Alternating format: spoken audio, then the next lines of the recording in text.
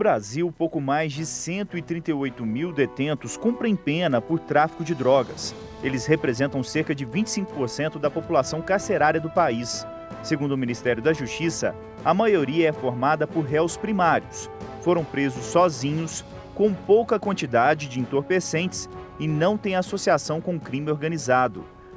Todo juiz, ao fixar a pena por tráfico, leva em consideração a personalidade e a conduta social do réu, a natureza e a quantidade da substância ou do produto apreendido. Esses critérios estão previstos no artigo 42 da Lei 11.343, em vigor desde 2006, e que ficou conhecida como a Lei Antidrogas. A quantidade e a natureza da droga, elas são fatores preponderantes do magistrado para fixar a pena em casos de tráfico de droga. Por óbvio, quanto maior a quantidade, maior a lesividade da droga, maior vai ser a resposta penal. De outro lado, da mesma forma, quanto menor for a quantidade de droga e quanto menor for o poderio dela de devastação, menor vai ser a repressão estatal. Toda vez que decide pela condenação de um réu, o juiz precisa calcular a pena. Por exemplo, para crime por tráfico de drogas, a lei prevê de 5 a 15 anos de reclusão, além de multa. A norma também prevê uma redução de pena de 1/6 a 2/3, quando ficar caracterizado tráfico privilegiado. Mas para ter direito a essa redução, é necessário que o réu, considerado um pequeno traficante, seja primário, tenha bons antecedentes, não se dedique a atividades criminosas, nem integre organização criminosa. Nesse caso, a pena a ser estabelecida deve estar entre o limite mínimo e o máximo. E pela legislação, para se chegar ao tempo exato de uma pena, o magistrado precisa seguir 3 fases. São as etapas do cálculo da pena. Na primeira etapa é estabelecida a pena base. Nela são levadas em conta as chamadas circunstâncias judiciais, como a conduta social, os antecedentes criminais e a personalidade do sentenciado, os motivos e as consequências do crime. Nesta fase, quanto maior o número de circunstâncias judiciais desfavoráveis ao réu, maior a pena. Ao estabelecer a pena base, eu vou para a segunda fase da dosimetria da pena, da dosagem da pena. O que é essa segunda fase? São as circunstâncias agravantes e atenuantes. Em um terceiro momento, eu vou fixar a pena definitiva, com base nas causas de aumento e causa de diminuição da pena. Advogado e membro do IDDD, Instituto de Defesa do Direito de Defesa, Frederico Barbosa, chama a atenção para o peso das circunstâncias durante o cálculo da dosimetria. Elas podem ser somadas ou diminuídas, porque você pode ter uma pena base alta e ela ser reduzida em razão de uma circunstância, por exemplo, atenuante, uma menoridade, e depois ela pode vir a ser novamente incrementada em razão, por exemplo, de haver um tráfico de drogas na porta de uma escola. Mas em qual momento a quantidade e o tipo de droga em poder de um réu devem ser levados em consideração na fixação da pena? Na primeira fase da dosimetria, em que é fixada a pena base, ou na terceira, em que se avaliam as causas de aumento e diminuição dela. Essas questões foram discutidas em 2 habeas corpus que a segunda turma do Supremo encaminhou para julgamento do plenário. E é este assunto que você acompanha a partir de agora no programa Grandes Julgamentos do STF.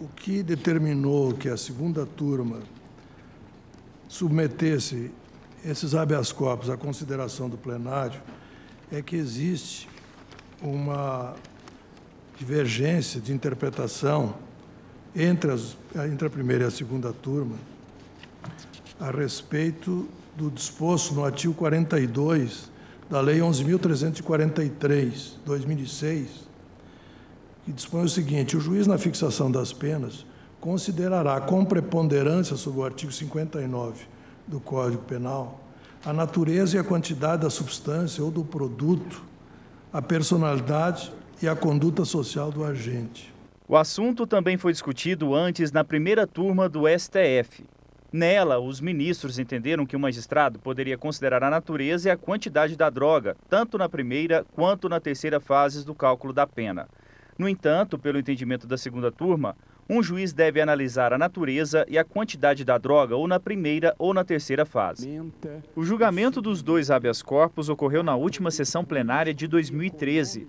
Ao recorrer ao Supremo, os dois réus pediam para serem beneficiados com a diminuição da pena para 2/3, tempo máximo previsto na lei antidrogas, para o caso de tráfico privilegiado. No habeas corpus 109.193, o condenado levava 70 pedras de crack. Nesse caso, o juiz levou em conta a quantidade e a natureza da droga só na terceira fase da dosimetria. Já no habeas corpus 112.776, o réu foi condenado por ter sido flagrado com 6 gramas de crack. Ao fixar a pena, o juiz considerou o tipo e a quantidade da droga, tanto na primeira fase quanto na terceira. Portanto, excelências, pede à Defensoria Pública que seja reconhecida que a mesma circunstância só possa ser invocada uma vez na fixação da pena base e não na escolha do fator de redução. E, assim sendo, que seja concedida a ordem para que, não considerada essa circunstância na terceira fase, seja concedida aos pacientes a redução em seu grau máximo com todos os seus consectários. O que prevaleceu no julgamento do plenário foi exatamente o entendimento da segunda turma do STF, ou seja, o magistrado só pode analisar a natureza e a quantidade da droga ou na primeira ou na terceira fase do cálculo da pena. De acordo com a decisão do plenário, os juízes não podem mais considerar a natureza e a quantidade da droga nas duas fases para evitar o chamado bis in idem, punir uma pessoa 2 vezes pelo mesmo fato. E aí eu dou um exemplo concreto para ilustrar. Um clássico exemplo. Por exemplo, João mata Tício, mata Pedro, por conta que o Pedro falou assim: João, você é um facínora, João, você é um sacripanta. O João dispara contra ele e mata. A princípio, em tese, temos aí um caso de homicídio qualificado pelo motivo fútil. Eu não posso considerar essa circunstância de motivo fútil para qualificar o crime de homicídio e depois considerar esse mesmo motivo fútil para agravar a pena. Ou seja, eu estaria pegando a circunstância de motivo fútil e utilizando ela 2 vezes para agravar a situação do condenado. No próximo bloco, você acompanha os votos dos ministros, a tese da defesa e outros detalhes da decisão do plenário. O programa Grandes Julgamentos do STF volta daqui a pouco.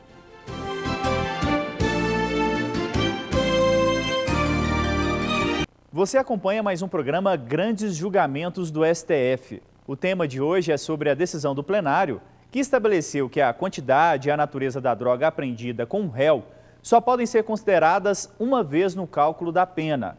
No entendimento da Corte, se as circunstâncias fossem adotadas na primeira e na terceira fases, o magistrado estaria punindo o réu 2 vezes pelo mesmo fato, o que não é permitido.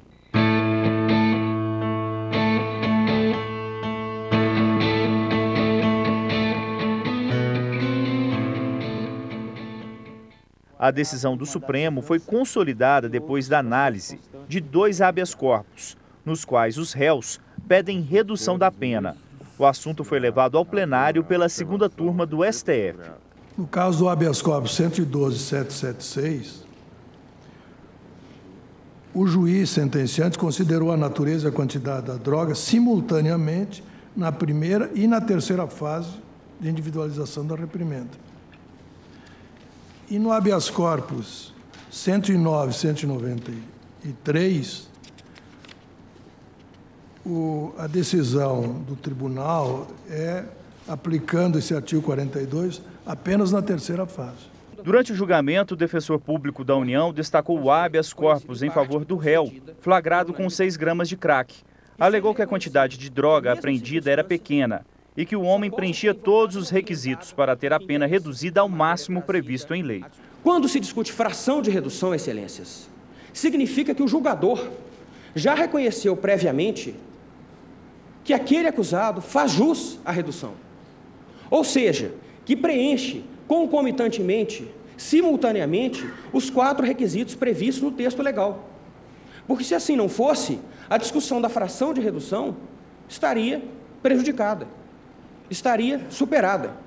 Se não preenchesse simultaneamente a circunstância de ser primário, ter bons antecedentes, não integrar a organização criminosa ou não se dedicar à atividade criminosa, se essas 4 condições não estivessem presentes de forma simultânea, sequer haveria discussão acerca da fração de redução de pena. Com a devida vênia dos que sustentam em contrário, entende o Ministério Público não haver um direito fundamental à reprimenda mínima.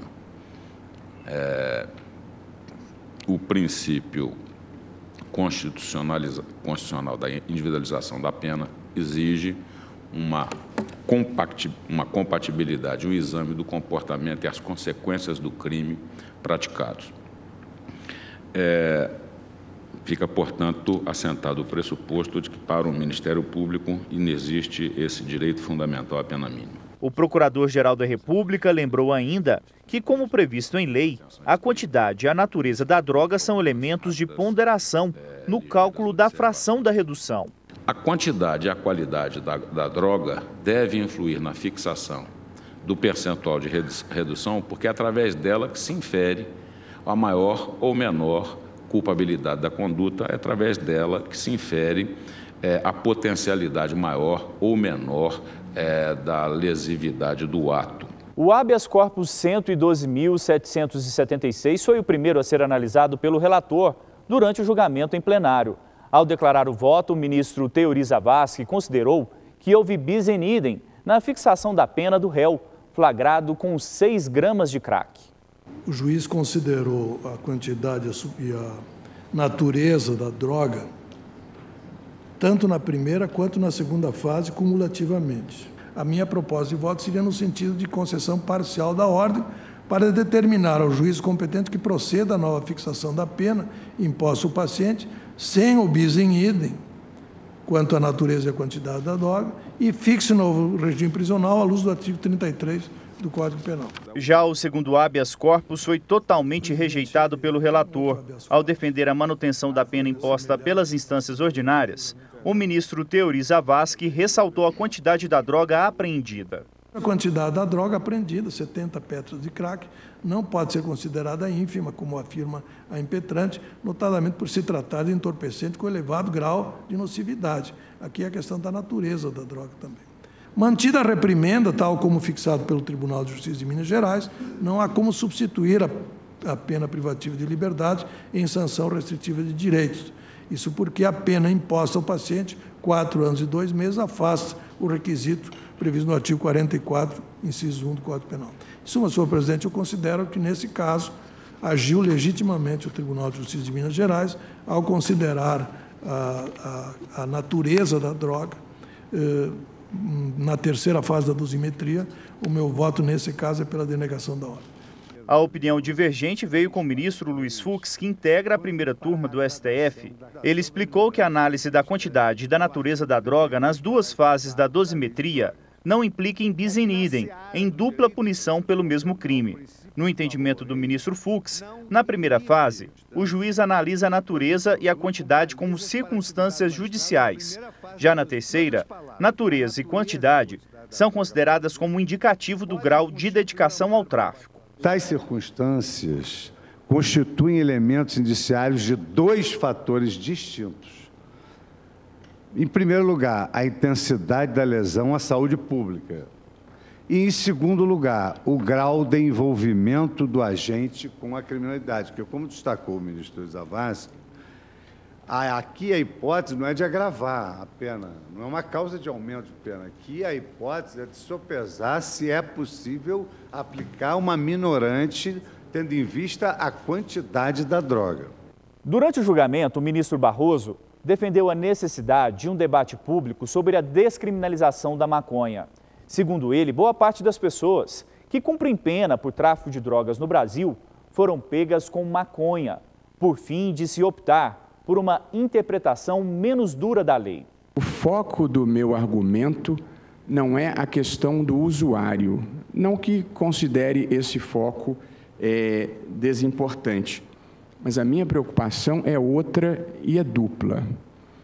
A primeira é reduzir o poder que a criminalização dá ao tráfico e aos seus barões nas comunidades mais pobres do país e, especialmente, na minha cidade de origem, o Rio de Janeiro. A criminalização fomenta o submundo, dá poder político e econômico a esses barões do tráfico que oprimem essas comunidades, porque eles conseguem oferecer utilidades e remuneração maiores do que o Estado e o setor privado em geral. O meu primeiro questionamento diz respeito ao poder do tráfico e meu segundo questionamento diz respeito à conveniência de uma política pública que manda para a penitenciária jovens, geralmente primários e de bons antecedentes,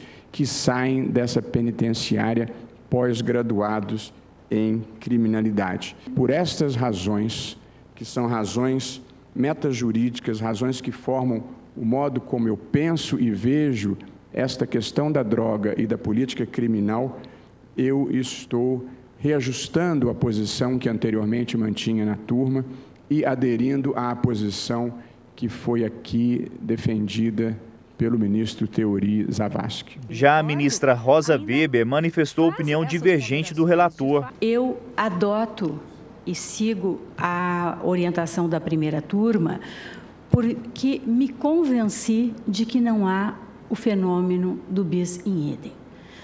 Na verdade, uma coisa, com todo respeito, é considerar a natureza e a quantidade da droga para efeito de fixação da pena base como circunstância judicial e obedecendo o artigo 42 da Lei 11.343.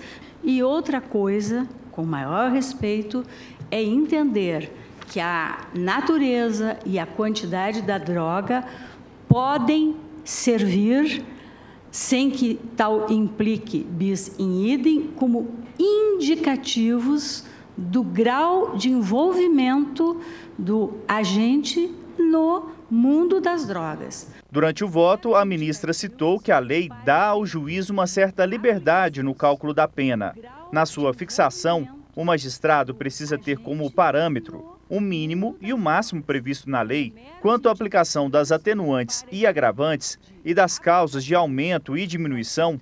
O juiz deverá analisar o caso concreto e fundamentar o que levou a diminuir ou aumentar a pena. A própria lei, o texto legal, atribui ao juiz uma discricionariedade, como ele vai fixar, como ele vai definir, né, a minorante, qual a fração a ser utilizada, como o juiz vai definir o grau de dedicação a atividades criminosas. Não poderá considerar uma enorme quantidade de drogas, como bem destacou, a meu juízo, o ministro Fux, para esse efeito? Isso significa considerar duas vezes o mesmo fato para punir? Isso sim, a meu juízo, a dupla consideração de um mesmo fato para a aplicação da pena, sem dúvida, seria um bis in idem, mas aqui não é. O que o julgador vai levar em consideração? Olha, era uma pessoa que não tinha antecedentes, réu primário, não integra uma organização criminosa porque era uma mula eventual, contratada ali para aquela viagem específica. Não se dedicava à atividade criminal porque foi seduzida naquele momento, ad hoc, para fazer o transporte de droga, o caso mais comum. E essa pessoa está levando maconha. E temos uma outra que está levando não sei quantas pedras de crack, quantos quilos de cocaína. Não poderá o juiz fazer essa ponderação, qual que é o mais privilegiado, qual que é o menos privilegiado? Os dois são privilegiados, porque tratam-se de casos de réu primário, nas hipóteses que estou aqui a construir. Eu penso que aqui, no caso, não se está aplicando o mesmo fato para se estabelecer penas. Está se analisando o mesmo fato em relação ao grau de privilégio, e esse grau de privilégio tem que levar em consideração a realidade, o caso concreto. Durante o julgamento, a ministra Carmen Lúcia destacou a importância das questões envolvendo os dois habeas corpus e acompanhou o relator.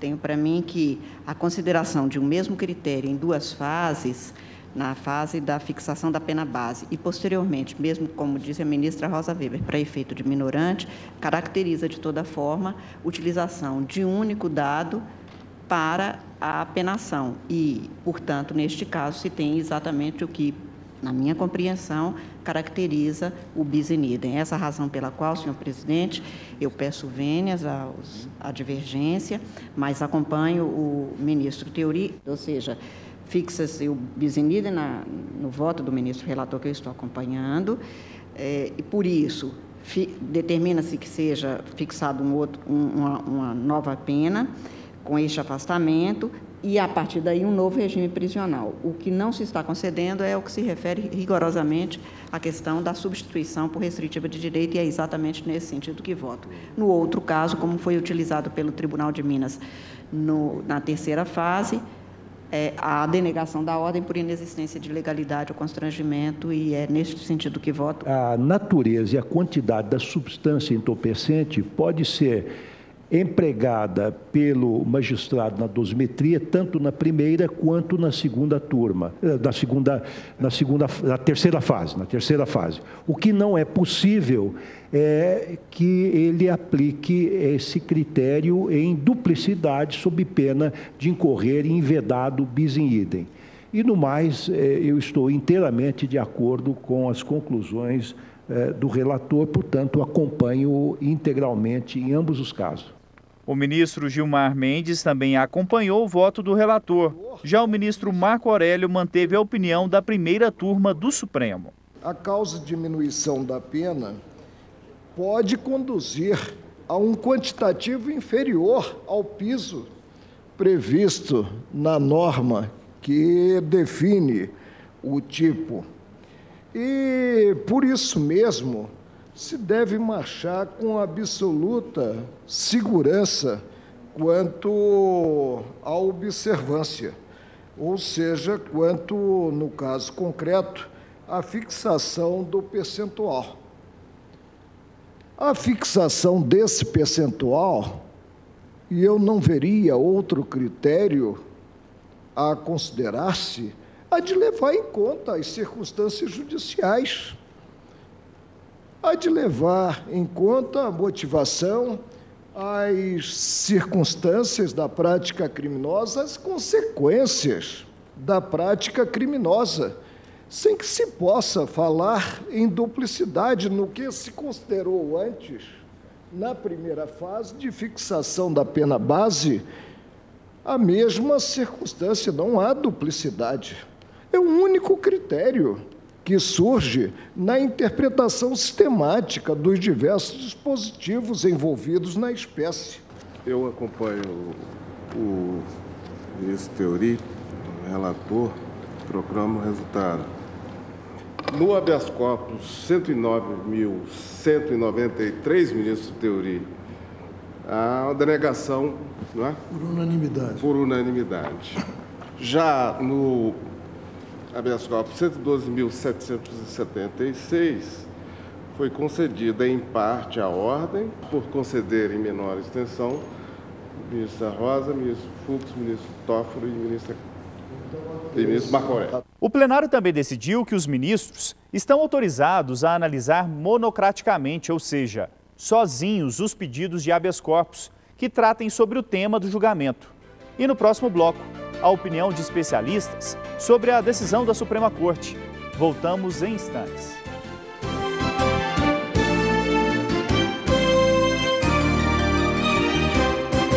Em dezembro, durante a última sessão plenária de 2013, o Supremo decidiu que a quantidade e a natureza da droga apreendida com um réu só podem ser consideradas uma vez no cálculo da pena. Para os ministros do STF, se as duas circunstâncias fossem levadas em conta na primeira e na terceira fases, o juiz estaria punindo o réu duas vezes pelo mesmo fato, o que caracterizaria o bis in idem.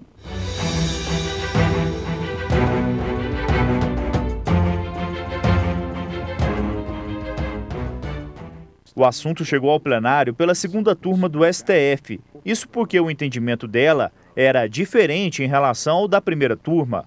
Para o Instituto de Defesa do Direito de Defesa, os réus vão sentir positivamente os efeitos da decisão do plenário. A partir do momento que você tem essa vedação à aplicação cumulativa dessas circunstâncias, a consequência muitas das vezes vai ser a redução da pena do indivíduo. Em relação à necessidade de debate público sobre a descriminalização da maconha, defendido pelo ministro Barroso no plenário, esse advogado criminalista destaca. Quando a gente fala em regulamentar a droga, o que nós estamos querendo falar? O que eu estou querendo dizer? É tirar essa droga do traficante e passar para o Estado. Não o Estado público, mas regulamentar o privado. O que nós temos que fazer é regulamentar, é informar, como fizeram com o tabaco. A equipe do Grandes Julgamentos do STF foi às ruas para saber o que as pessoas pensam sobre o assunto.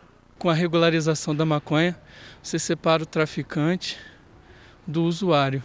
E o usuário tem que ser tratado. Eu acredito que isso é um passo importante. E a maconha é um pouco diferente das outras drogas, eu acho ela mais leve. A maconha é a porta de entrada para as outras coisas. Então não pode ser assim a diferença. Eu acho que droga é droga, só o nome já diz, né? Seja maconha ou seja outra droga qualquer, tudo é droga e tudo faz mal. E eu acredito que a maconha não seja uma droga tão prejudicial.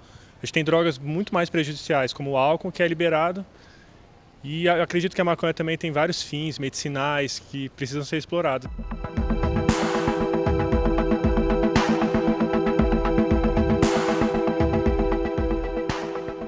O programa Grandes Julgamentos do STF volta na semana que vem com mais um assunto do seu interesse. Se você quiser entrar em contato com a nossa produção, sugerir um tema, anote o nosso endereço eletrônico: grandesjulgamentos@stf.jus.br. Muito obrigado pela sua companhia.